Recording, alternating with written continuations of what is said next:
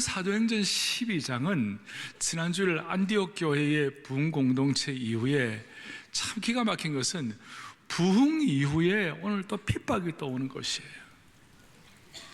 이 마귀가 제일 좋아하는 게 뭐냐면 예수님 잘 믿는 것을 괴롭히는 게 마귀가 너무 재밌어해요.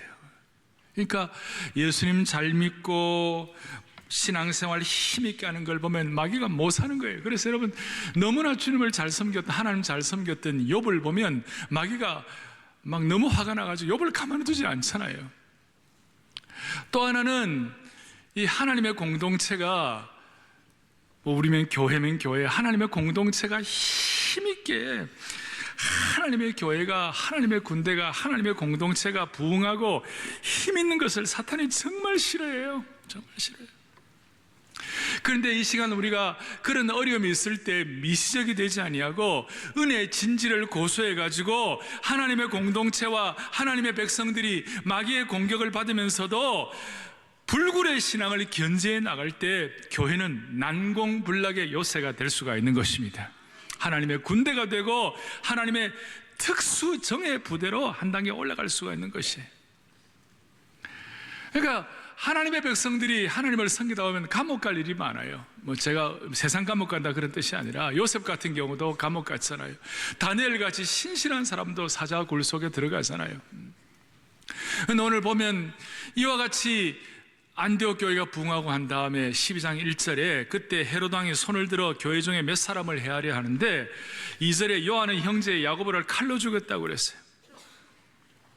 여기 헤롯은 그 헤롯 왕가의 하나의 그냥 직분 이름이죠. 헤롯 왕이라는 이름이 직분인데, 근데 이 사람이 이제 유대 정권을 가지고 유대 왕이 돼가지고 총독처럼 이렇게 해서 힘을 발휘하고 하니까 어떻게 하면 좋으냐 보니 파퓰리즘에 휩싸여가지고 사람들이 좋아하는 걸 하면 좋겠다. 대다수 예수 믿지 않는 사람들이 예수 믿는 사람 싫어하니까 예수 믿는 사람들 가운데, 제자들 가운데 3대 제자 중에 하나였던 야고보, 요한, 베드로 기억나시죠? 베드로, 야고보, 요한인데 이 야고보를 칼로 참수를 하는 거예요.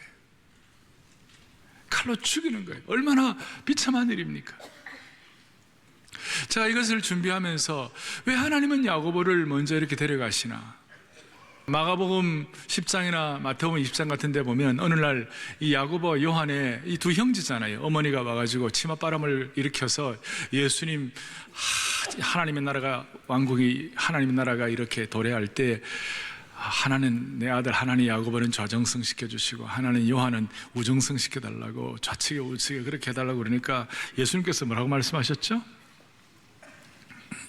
예수님 뭐라고 말씀하셨죠? 오냐 그렇게 한 게 아니고 그 뭐 다 좋은 일이지만 내가 받을 고난의 잔을 그들이 마실 수가 있겠는가? 내가 받을 고난의 세례를 그들이 받을 수가 있겠는가? 그 얘기를 하는 거예요. 그러니까 그 제자들이 네 하겠습니다 그랬어요. 오늘 야고보는 자기도 모르게 그래 얘기를 했지만 사실은 주님이 받으신 고난의 잔을 제일 먼저 제자들 가운데 야고보가 마신 거예요. 또 형제 요한은 제일 오래 살았죠. 90이 넘도록 오래 살았죠. 그래서 야고보는 이 박해를 받으면서 제일 먼저 고난의 잔에 포문을 열고, 그 다음 요한은 끝까지 이 잔을 잘 받아 마지막까지 은혜롭게 마무리하고 소망을 주님께만 두고 인생을 어떻게 마무리하는가, 그것을 보여주고 있는 것이에요. 요한 이런 과정을 거치면서 사람들이 기뻐하는 걸 보았어요. 3절에 유대인들이 이 일을 기뻐하는 것을 보고 너무 좋아하는 거예요. 그러니까 이 헤롯이 업돼가지고 야고보 죽이는데도 저렇게 기뻐한다면 예루살렘 교회 수석 사도인 베드로 죽이면 진짜 기뻐하겠네, 내 인기가 올라가겠네, 이렇게 생각을 하고 헤롯 왕이 베드로를 잡아가지고 어떻게 했느냐, 4절에 잡음에 옥에 가두어가지고 군인 4씩 4패에 맡겨 지키고 6월절 후에 백성 앞에 끌어내고자 하더라. 무슨 말이냐, 4명씩 4패를 16명이 베드로를 잡아서 어떻게 하느냐면 저기 6절 좀 보세요. 헤롯이 잡아내려고 하는 그 전날 밤에 베드로가 두 군인 틈에서 두 쇠사슬에 매여 누워 자는데 이렇게 나와 있어요. 그러니까 한 조씩이었는데 베드로가 도망갈까 싶어서 베드로의 몸에다가 쇠사슬과 이걸 막 채우고 난 다음 베드로 지키는 두 사람을 또 이렇게 같이 쇠사슬을 같이 묶어가지고 못 나가게 하고 밖에서는 보초 또 세우고 또 내 그룹이 또 계속해서 베드로를 이렇게 이제 장악하고 있는. 그러니까 이 상황에서 베드로가 풀려난다는 것은 미션 임파서블이에요. 도저히 어떻게 할 수 없는 상황이에요. 미션 임파서블인데다가 베드로를 어떻게 하느냐, 여기 무교절 6월절이 있으니까 무교절 6월절 다친 8일인데 무교절이 7일, 이 7일 동안 6월절 그 과정들을 거치면서 그 명절 기간 동안에 사람을 죽일 수가 없으니 이렇게 감옥에 넣어놓았다가 딱 철저하게 채워놓았다가 나중에 6월절 지나고 난 다음 날 인민재판, 사람들 인민재판, 여론재판 해가지고 베드로를 죽이려고 이제 이렇게 다 계획을 하고 있었던 것이에요. 제가 이것을 보면서 마음에 생각이 되는 것이 있어요. 모든 하나님의 백성들, 교회가 성장하고, 역사적으로 교회가 성장하고 부흥할 때 사탄은 언제나 해롭 같은 존재를 데려다가 교회를 핍박하고 방해하는 것이에요. 닥터 누가, 의사 누가가 우리에게 계속 보여주는 것은 하나님의 나라의 제대로 된 일에는 반드시 박해가 따라온다는 것이에요.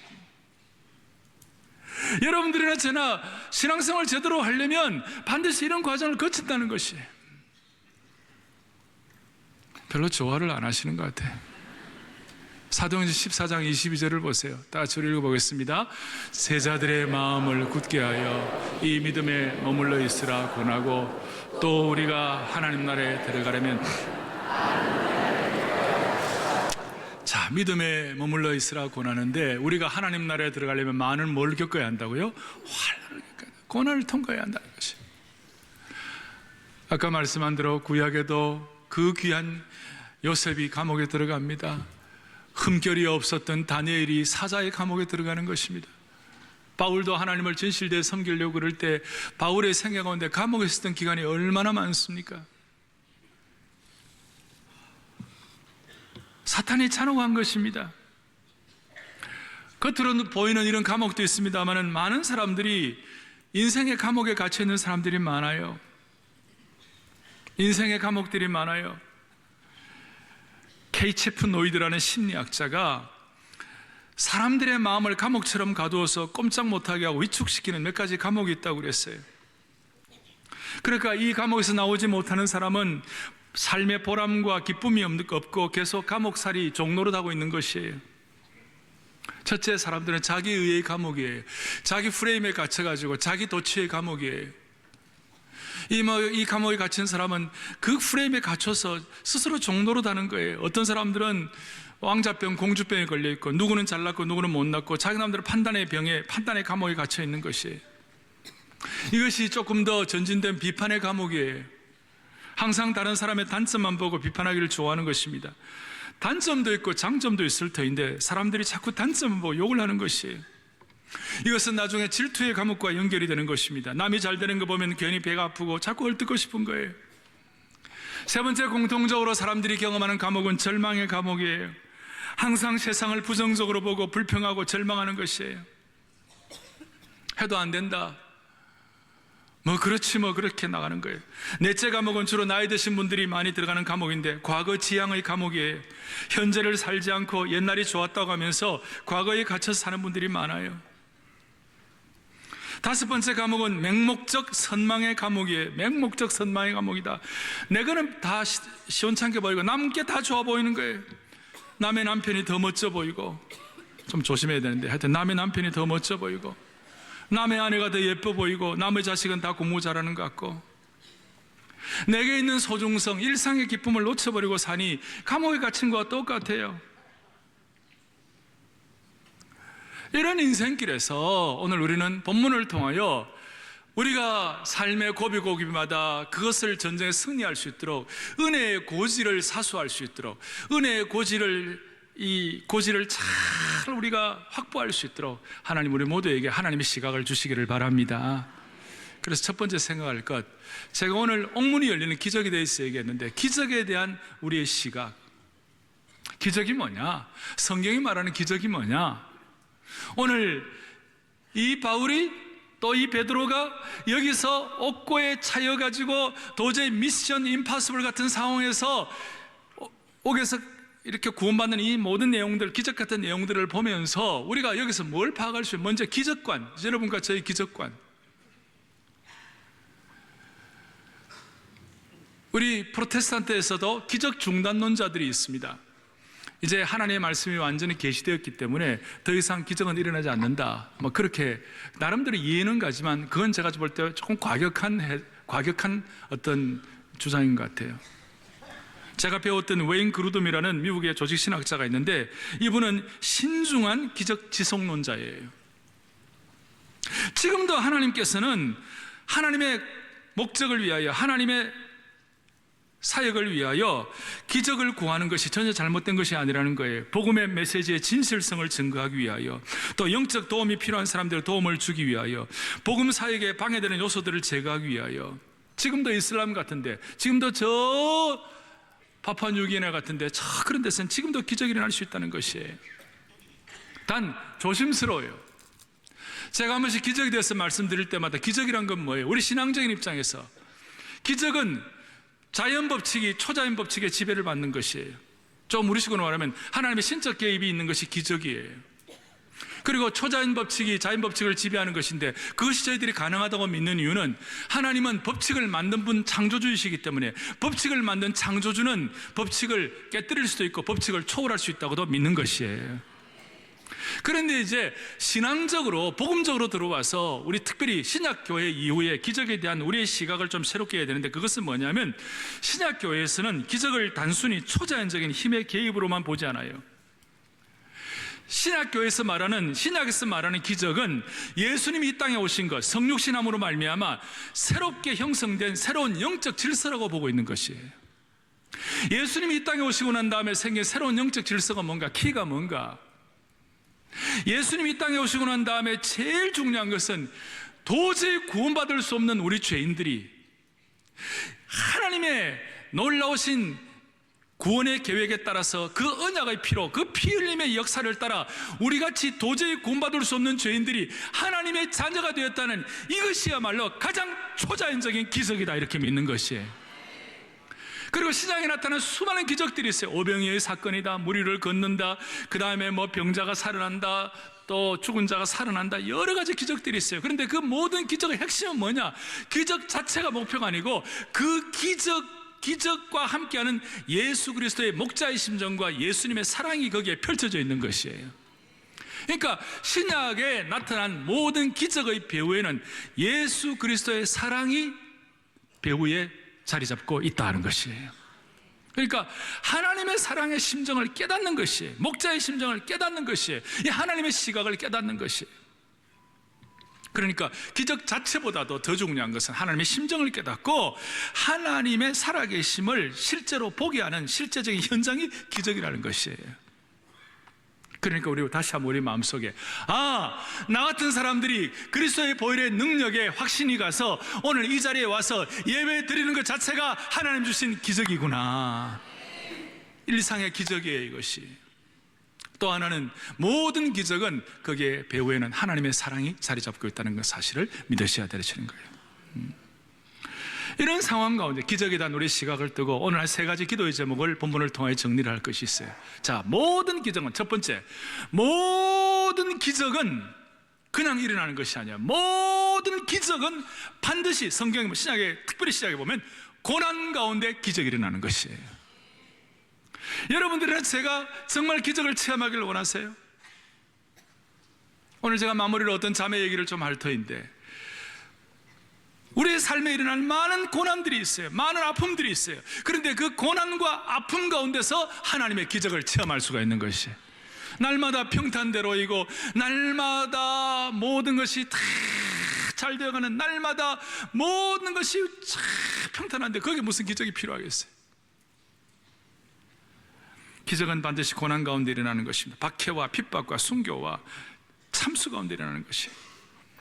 모든 기적은 야고보의 순교라는 그 풀물불의 고난 가운데서 베드로의 감옥의 탈출의 기적이 일어나는 것이에요. 여러분 잘 아시는 대로 제자들이 풍랑이는 바닷가에서 기적을 체험했습니다. 풍랑이 일어나서 우리가 다 죽게 되었다고. 그때 예수님께서 물 위로 걸어오시는 장면이 나오는 것이에요. 마찬가지예요. 저와 여러분들의 인생의 바다에서 폭풍을 경험합니다. 저와 여러분들이 경험하는 인생의 폭풍은 예수님께서 물 위를 걸어서 내게 오시는 기적을 경험하는 순간이 될 수가 있다는 것입니다. 제자들은 큰 위기 속에서 예수님께서 물 위를 걸어 그들에게 오는 기적을 눈으로 목도하였고 하나님의 아들이심을 고백하게 된 것입니다. 다시 얘기합니다. 모든 기적은 고난 가운데서 일어나는 것이에요. 오늘 이 사실을 깨닫고 나중에 베드로가 사도행전 12장을 경험으로 해서 이 12장을 바탕으로 해서 나중에 베드로전서 3장 12절, 그가 주님 앞에 성령의 감동으로 기록한 성경 구절 베전 3장 12절 다 같이 읽어보겠습니다. 주의 눈은 의인을 향하시고 그의 귀는 의인의 간구에 기울이시되 주의 얼굴은 악행하는 자들을 대하시느니라 하였느니라. 아멘. 저기에 주의 눈은 의인을 향한다 그랬을 때 그 의인은 시편 34편에 있는 내용을 베드로가 다시 한번 재해석한 것인데 고난당하는 의인이었어요. 주의 눈은 고난당하는 의인을 향하셔서 기적을 베풀어 주시옵시고, 또 뒤에 베드로가 감옥에 갇혔을 때 하나님의 공동체가 기도했잖아요. 그러니까 의인의 간구에 주의 귀가 기울여 주시는 것이다. 그리고 나중에 헤롯이 교만하고 그랬을 때 주의 얼굴은 악행하는 자들을 대하시느니라. 뒤에 헤롯이 악행을 행함으로 말미암아 벌레가 먹어서 죽게 된 것이죠. 그 내용을 그대로 경험한 것을 베드로가 기록했다고 말할 수 있습니다. 정리하면 모든 기적은 고난 가운데 일어난다는 사실입니다. 제가 신약적 성육신적 기적에 대해서 말씀드렸죠. 내가 받은 구원의 은혜가 얼마나 감사한지, 그것이 얼마나 기적인지, 또 모든 상황 가운데서 하나님의 사랑을 더 절실히 깨닫는 것은 저와 여러분들이 고난의 고비를 통과할 때 경험할 수 있는 기적이라는 것이에요. 두 번째로, 모든 기적은 간절한 공동체의 기도를 통해서 일어나는 것이에요. 여유가 없어요. 기적은 반드시 공동체의 간절한 기도를 통해 나타난다는 사실입니다. 여기에 대한 주님의 시각이 확보가 되어야 하는 것입니다. 5절 보겠습니다. 이에 베드로가 옥에 갇혔습니다. 수석사도 교회 지도자가 옥에 갇히니 그 공동체가 얼마나 슬펐겠어요. 얼마나 마음이 아팠겠어요. 수사도 베드로가 옥에 갇혔는데 옥에 갇혔다 그러면 실망해가지고 다 도망한 것이 아니라 5절 이에 베드로는 옥에 갇혔고, 그 다음에 원어에는 나타나는, 여기는 번역이 안 되어 있습니다만 나중에 우리 한글 번역을 새롭게 하면 여기에다 옥에 갇혔다. 그러나 교회는 그를 위하여 간절히 하나님께 기도하더라. 그러나가 들어가는 것이에요. 공동체가 상황 자체에 굴복하지 아니하고 그러나에 대한 확신을 가지고 간절한 마음으로, 저기 뒤에 12절 보니까 마가라는 요한의 어머니 마리아의 집, 거기에서 120문도가 기도한 것처럼 공동체가 모여서 간절한 마음으로, 마가의 집은 좀 컸던 것 같아요. 거기서 공동체가 기도하게 된 것입니다. 교회 지도자 잡히고 겉으로 볼 때는 소망이 없게 보였습니다. 그러나 그 시간에 교회가, 공동체가 기도했다는 것입니다. 눈물 콧물로 간절히 기도했어요. 기도하니까 먼저 무슨 일이 벌어지는가? 지도자에게 하나님께 주신 축복이 있는 것이에요. 뭐라고 하나님이 베드로에게 축복을 하시는가? 보십시오. 6절에 헤롯이 잡아내려고 하는 그 전날 밤에 베드로가 두 군인 틈에서 아마 일주일 정도 기도한 겁니다. 공동체가 기도한 거예요. 일주일 무교절 기간 동안에 쭉 기도하는 것이에요. 그런데 두 쇠사슬에 매여 누워 자는데, 왜 누워 잔다고 그랬을까요? 누워 자는데 파수꾼들이 문 밖에서 옥을 지키더니, 이 원어를 보면 그냥 겨우겨우 이렇게 자는 게 아니라 편안히 누워 자는 거예요. 완전히 깊은 잠이 들었어요. 깊은 잠이 들었다는 것을 어떻게 우리가 증거를 댈 수 있냐? 7절에 호련히 주의 사자가 나타나며 옥중에 광채가 빛나며. 여러분 만약에 잠을 자는데 갑자기 불을 팍 켜면 그래도 계속 주무십니까? 다 일어나잖아요. 그런데 베드로는 불을 막 환한 빛이 비추어도 베드로는 계속 잔 거예요. 그러니까 계속 자니까 천사가 나타나고 7절 뒤에 베드로의 허리를 툭 쳤어요. 툭 쳤어요. 깨라고. 그리고 일어났어요. 시편 4편에 보면 내가 편안히 눕고 자기도 하리니 나를 안전히 거하게 하시는 오직 여호와시니이다. 아마 베드로 죽이려면 죽여라. 내가 사명에 살고 사명에 죽으니 내가 내 생명은 주님께 속해 있다. 이렇게 생각하고 아마 베드로가 편히 잤던 것 같아요. 우리에게 좀 이런 담대함이 있어야 되는데.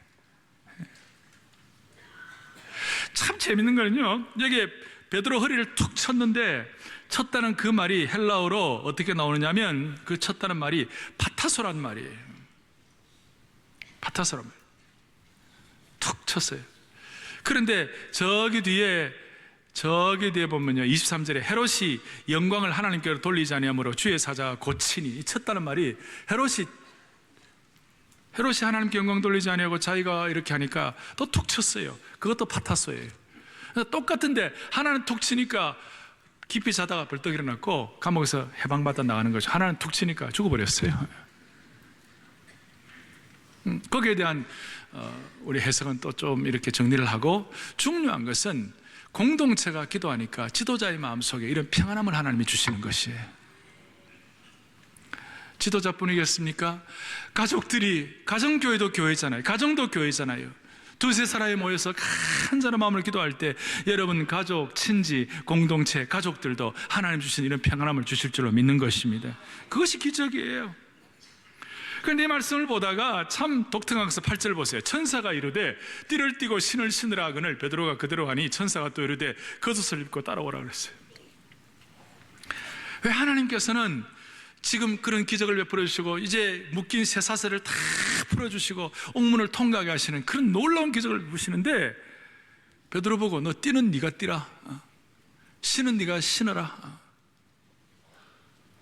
베드로 신발도 신겨주시고 띠도 띠게 하시고 그 다음에 겉옷도 입혀주시면 좋은데 겉옷은 네가 입어라. 제가 이걸 보면서 아무리 기적이 일어나도 우리가 현재의 삶에 충실해서 내가 해야 할 일이 있구나. 아무리 감옥이 열리고 하늘에 천군 천사가 나타나고 아무리 하나님의 능력이 기적처럼 나타나도 오늘의 내 삶에 내가 할 일은 내가 해야 되겠구나. 큐티 할 일은 내가 해야 되고 은혜 받아야 할 자리에 내가 나가야 되는 것이고, 기적이 베풀어진다고 그래갖고 주일 예배도 안 나오고 그러면 되겠습니까? 기본적으로 내가 할 일은 해야 한다는 것이죠. 아마 그 이전에도 그런 거 많이 있었잖아요. 야이로의 딸을 살리면서 그냥 알아서 다 먹게 하면 좋을 텐데 먹는 것은 너희들이 먹여라. 나사로가 살아서 막 그 죽음에서 나올 때 돌까지 다 굴려주면 좋은데 돌은 너희들이 굴려라. 오병이어의 사건을 통하여 그 엄청난 기적을 베풀어 주시고 모든 사람을 먹이셨는데 부스러기 남은 조각은 함부로 낭비하지 말고 버리지 말라. 자, 이걸 보면 우리 하나님께서는 기가 막힌 실제적인 실체에 대해서 기적을 낭비하지 않은 하나님이시구나. 그러니까 아무리 베드로의 기적을 주셔도 우리가 할 일은 해야 된다는 것이에요. 우리가 받아야 할 은혜의 진지는 고수해야 되고 은혜의 진지는 우리가 방어를 해야 되고, 그래서 고난과 고비 가운데 이러한 은혜의 진지를 고수하는 분들은 그냥 좀 어려워도 꾸준하게 잘 가는 거예요. 그렇지 않은 분들은 자꾸 업앤다운이 심하고요. 여기서 11절 뒤에 보세요. 이에 베드로가 정신이 들어 이르시되 내가 이제야 참으로 주께서 그의 천사를 보내어 나를 헤롯의 손과 유대의 백성의 모든 기대에서 벗어나게 하신 줄을 알겠노라. 이 벗어나게 하셨다, 기적을 베풀어 주시고 옥문이 열리게 하시고 그 감옥의 상황에서 탈출하게 하시고 벗어나게 하셨다. 이 벗어나게 하셨다는 것이 뭐냐면 사도행전 7장에 오면 스데반이 특별하게 유대인들을 향하여 설교할 때에 이스라엘 민족들이 홍해에서 출애굽하고 구원받게 하셨다, 벗어나게 하셨다, 그와 똑같은 용어예요. 주님의 기적은 이렇게 말할 수 있습니다. 단순히 감옥에서 벗어나게 하신 것이 아니라 이스라엘 백성들이 홍해에서 출애굽하는 것 역사와 똑같다, 이것이에요. 그리고 이것이 나중에 고린도서 10장에서 이스라엘 백성들이 홍해를 건너게 할 때 세례를 받는 것과 함께 말씀하시면서 우리가 과거의 제약의 도성에서 또 마귀의 세력으로부터 다 포로가 되어가서 꼼짝도 못하던 삶에서 우리가 그 자리에서 탈출하고 홍해에서 벗어나고 과거의 죄악의 관습, 광야에서 벗어나는 것을 가지고 하나님의 자녀가 된 자유의 몸을 가지고 벗어나게 하셨다. 그와 똑같은 내용을 설명하고 있는 것이에요. 참고로 12절부터 16절까지에 보면 이제 베드로가 이렇게 감옥에서 나와가지고 이제 그 공동체가 기도하는 요한의 어머니 마리아의 집에 갔어요. 그 여러 사람들이 모여서 기도하고 있었죠. 13절에 베드로가 대문을 두드리는데 로데라는 여자아이가 영접하러 나왔어요. 그리고 베드로가 문을 두드리는 거 보고 로데가 베드로 사도가 왔구나 그래가지고 문을 두드리는 문부터 먼저 열어줘야 되는데 너무 기쁘니까 우선 좀 문 여는 거는 좀 잠깐 두고 안에서 기도하는 공동체에 막 쫓아가지고 베드로 사도가 지금 구출되어가지고 감옥에서 나와가지고 지금 문을 두드리고 있다고 막 그렇게 얘기를 한 거예요. 14절 뒤에 베드로의 음성인 줄을 기뻐하고 문을 미처 열지 못하고 달려 들어가 말하되 베드로가 대문 밖에 섰다 그러니까 기가 막힌 대응이 나와요. 15절 그들이 말하되 너가 미쳤다 그랬어요. 제가 이걸 보면서요, 믿지 않고 기도해도 응답하시는구나. 참 특별한 거예요. 공동체가 함께 모여서 기도할 때는 어떨 때는 그 가운데 공동체 안에는 이게 되겠나? 우리 가운데 합심 기도하자 그러면 어떤 분들은 소리는 왜 저래 커? 물론 우리가 참 균형 감각을 가지고 적당히 질서로 해 너무 중불나게 크게 소리해서 기도하면 그거는 좀 지혜롭게 우리가 좀 조심해야 됩니다만, 그래도 같이 합심해서 뜨겁게 기도할 때 어떤 분들은 이게 되겠나? 왜 이렇게 소리는 커? 그러면서도 전체가 예배를 드리니까 같이 기도하는 가운데 그래 하다가 낫는 사람들이 있는 거예요. 그래 하다가 자기도 모르게 회복되는 분들이 계시는 거예요. 오늘 이 예배를 드리는 가운데 주님께서 우리의 눈에 따닥따닥 두껍게 있는 껍질이 있다면 그것을 주님 비늘을 벗겨주시면 좋겠어요. 어떨 때는 머리가 안 믿어져도 오늘 이 예배를 통하여 마음이 믿어지는 역사가 일어났으면 좋겠어요. 열왕기하 6장에 보면 엘리사와 그의 종이 성에 있는데 아람 군대가 막 이렇게 포위를 하고 다 죽이려고 그러는 거예요. 그러니까 그 종이 막 벌벌 떠는 거예요. 이럴 수가 있나? 이젠 내가 죽었구나. 나는 이제 죽은 몸이 하면서 막 사시나무 떨듯 떨고 있는데 엘리사가 뭐라고 그러냐면 너 그러지 마. 너는 육신의 눈에 보이는 것만 보고 벌벌 떨고 있는데 아니야. 육신의 현실은 너 떠는 것이지만 영적 진실은 그게 아니야. 그렇게 하면서 열왕기하 6장 17절 합의를 보겠어요. 시작. 기도하여 이르되 여호와여 원하건대 그의 눈을 열어서 보게 하옵소서. 여호와께서 그 청년의 눈을 여심해 그가 보니 불말과 불병거가 산에 가득하여 엘리사를 둘렀더라. 아멘. 아람 군대가 육신적으로는 둘러가지고 이제 다 죽구나, 이제 사시나무 떨듯 그렇게 움츠려져가지고 고통하는 가운데 있는데 엘리사는 끄떡도 안 했어요. 뭘 봤어요? 엘리사는 눈에 보이는 것이 아니라 눈에 보이지 않는 영적 진실의 눈이 열린 거예요. 눈에 보이지 않는 영적 진실이 뭐예요? 아람 군대가 아니라 그 군대 위에 저 구름 위에 하나님께서 불말과 불병거로 가득 채워가지고 하나님의 군대가 칼을 들고 엘리사를 보호하는 것을 영적 눈을 들어서 보게 된 것이에요. 그러니까 끄떡도 안 하는 것이에요. 끄떡도 안 하는 것이에요. 사랑하는 교우들이여, 저는 기도합니다. 오늘 이 반포대로 121번지가 영적 눈을 뜨는 은혜의 대로 121번지가 되게 하여 주셔서 이 근처에 많은 일들이 일어나고 있습니다만은 오늘 이 반포대로 121번지 사랑의 교회 이 예배 세배당 위에 하늘 위에 불병거와 불말과 하나님의 군대가 지키고 있는 것을 보셔야만 되는 것이에요. 거기에 눈을 열릴 때 우리는 안온하고 담담하고 우리는 담대하게 주의 백성으로서 하나님의 삶을 살아갈 수가 있어요. 교회는 하나의 상징, 교회 하나의 예표예요. 교회가 이럴진데 여러분들의 가정교회는 어떠세요? 여러분들 개인교회는 어떠세요? 오늘도 일어나는 사건들을 통하여, 일어나는 많은 일들을 통하여 마음이 움츠러들고 고통하고 짐진 분들이 많이 계시지만 여러분과 제가 진짜 기적이, 예수 믿은 것이 진짜 기적이라고, 그리스도의 보혈의 능력이 믿어지는 것이 진짜 기적이라고 믿는 사람이라면 저와 여러분의 가정에, 여러분들의 삶의 공간 위에, 여러분들의 인생의 구름 위에 하나님께서 불멸과 불병거와 하나님의 군대로 여러분들을 보호하시는 것을 믿으셔야만 되는 것이에요. 구름 위에 은빛 광채 가운데서 하나님께서 보호하시는 것을 믿으셔야 되는 거예요. 여러분, 그게 기적인 것입니다. 다시 얘기합니다. 공동체가 기도할 때 어떤 경우는 믿지 않아도 기적을 베풀어 주시는 것이에요. 이것이 눈에 보이지 않는 축복이에요. 자, 모든 기적은 첫째, 고난 가운데 일어난다. 그 다음 두 번째, 모든 기적은 공동체가 기도하는 가운데 일어난다. 그 다음 세 번째, 마지막 중요한 게, 모든 기적은 사명의 사람에게 일어난다. 모든 기적은 사명의 사람에게 일어난다. 제가 오늘 처음에 야고보 얘기를 했습니다. 야고보는 일찍 순교를 당했습니다.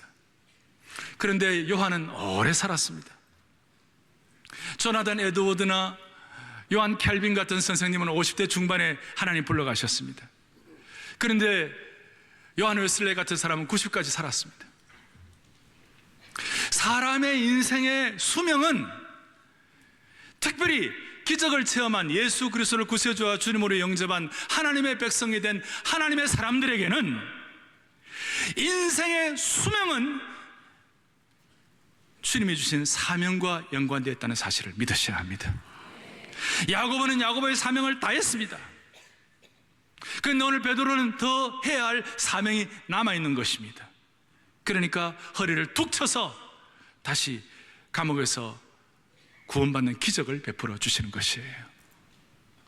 그러니 우리가 건강하게 얼마나 건강하게 사느냐, 그것은 저와 여러분들이 노력해야 할 문제이지만 우리의 수명, 우리의 생명은 하나님께 속해 있는 것임을 믿고 how long이 중요한 것이 아니라 how well, 인생의 퀄리티가 얼마나 중요한지, 우리가 사명이 중요한 것이에요.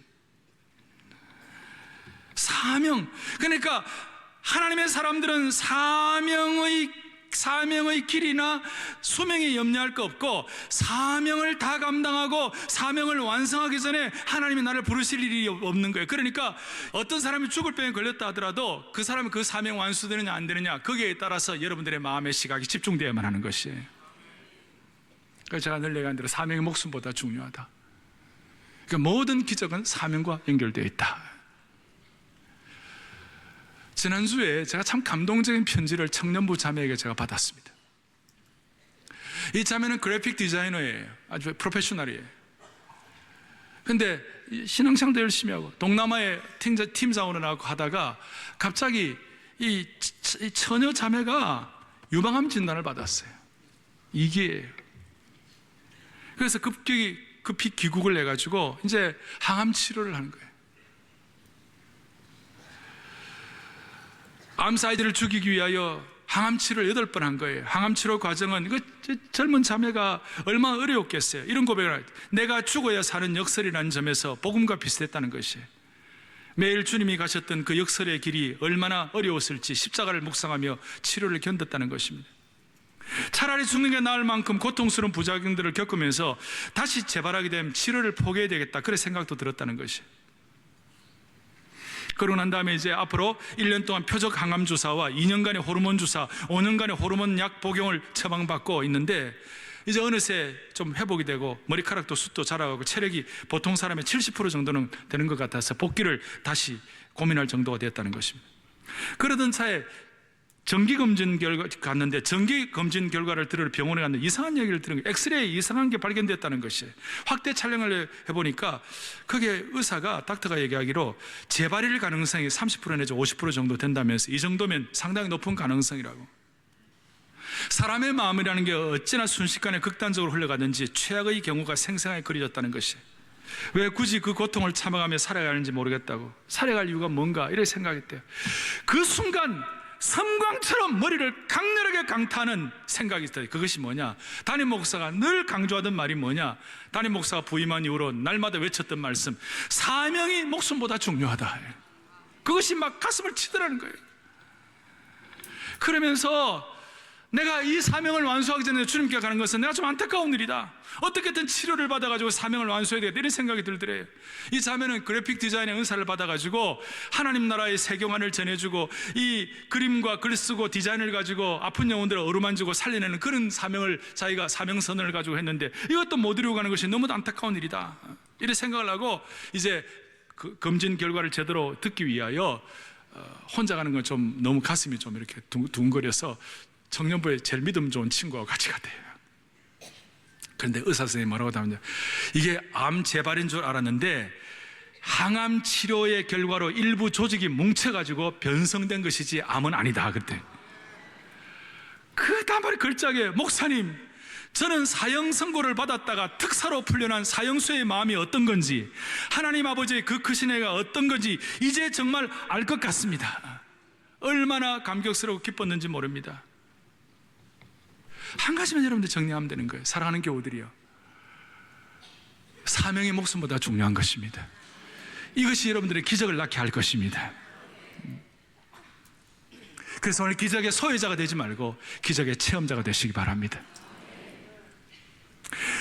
사도행전 12장은 야고보가 참수당하고 하나님의 교회가 박해받는 것이, 그 이전까지는 제사장들이, 유대 지도자들이 박해했지만 이제는 국가 공권력을 통하여 처참한 압박을 가하지만, 그렇게 고통으로 시작하지만 사도행전 12장 마지막 저 뒷부분에 여러분들이 24절, 하나님의 말씀은, 12장 24절 시작, 하나님의 말씀은 흥왕하여 더하더라. 아멘.